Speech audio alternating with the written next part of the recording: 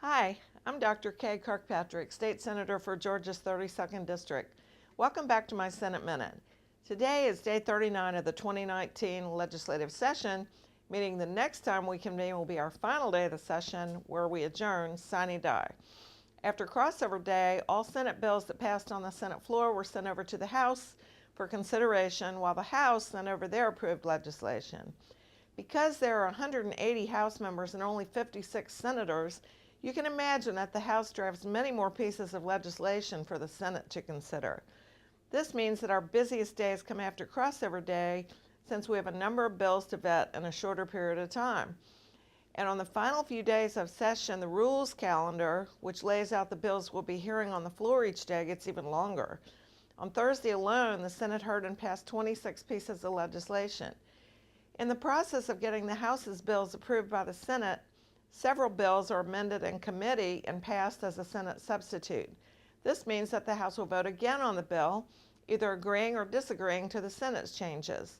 If they cannot come to an agreement and insist on their version of the bill, a conference committee is appointed to come and meet and try to reach an agreement on language in the bill.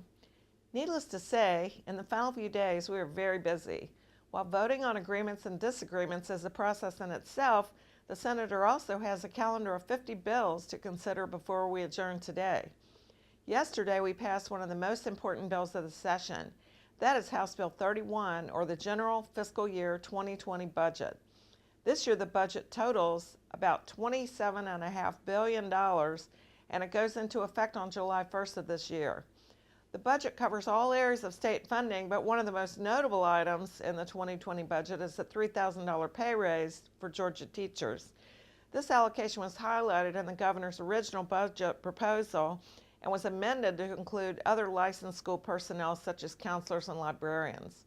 I look forward to seeing this raise go into effect for those who contribute so much to Georgia students. I can't go through all the bills we address in this short video, but in addition to passing House Bill 31, the Senate passed out 4 bills that I carried.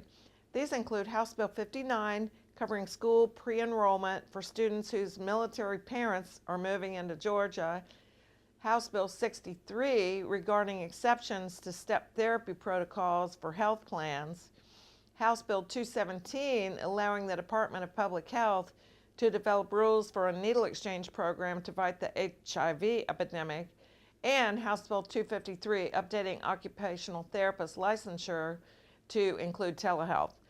With work picking up in the Senate, senators' bills are still being heard in the House. Senate Bill 6, my bill prohibiting drones from dropping contraband over prisons, passed overwhelmingly, giving our Department of Corrections another tool.